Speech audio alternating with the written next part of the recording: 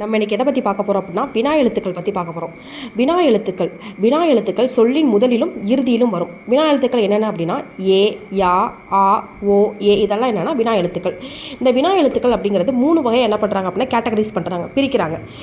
ஏ, யா அப்படிங்கிறது சொல்லோடைய முதலில் வரும் வினா எழுத்து. ஏ, யா அப்படிங்கிறது சொல்லோடைய முதலிலும் இறுதியிலும் வரும் வினா எழுத்து அப்படின்னா ஏ. ஏன் அப்படிங்கிறது வரும். நீதானே அப்படிங்கிறது லாஸ்ட்டில் வரும். ஸோ முதல்லையும் இறுதியிலும் வர எழுத்து ஏ அப்படிங்கிற வினா எழுத்து.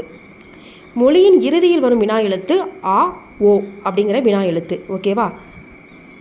அகவினா. அகவினா அப்படிங்கிறது வினா எழுத்துக்கள் சொல்லின் அகத்தே, அகம் அப்படின்னா உள்ளே இருந்து வினா பொருளை தருமானால் அது அகவினா எனப்படும். எடுத்துக்காட்டு எது, யார், ஏன்.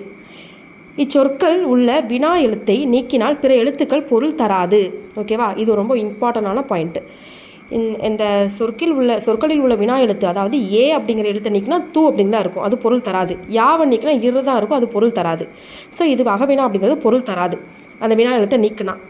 இதுவே புறவினா அப்படின்னு பார்க்கும் பொழுது வினா எழுத்துக்கள் சொல்லின் புறத்தே, அதாவது வெளியே இருந்து வினா பொருளை தருமானால் அது புறவினா எனப்படும். எடுத்துக்காட்டு அவனா, வருவானோ. இச்சொற்களில் உள்ள ஆ, ஓ ஆகிய வினா எழுத்துக்களை நீக்கினாலும் பிற எழுத்துக்கள் பொருள் தரும். அப்போ புறவினாக்களில் அந்த வினாச்சொற்களை நீக்கினா பொருள் தரும், அகவினாக்களை வினாச்சொற்களை நீக்கினா பொருள் தராது.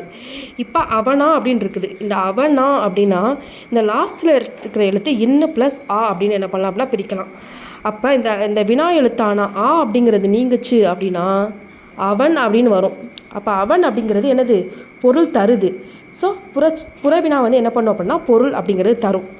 ஸோ இதே மாதிரி தான் என்ன அப்படின்னா நம்ம சுட்டெழுத்துக்கள்லே நம்ம என்ன பண்ணுவோம் அப்படின்னா பார்ப்போம். 2 வகையாக கிளாஸிஃபை பண்ணுவோம், அகச்சுட்டு, புகழ்ச்சுட்டு.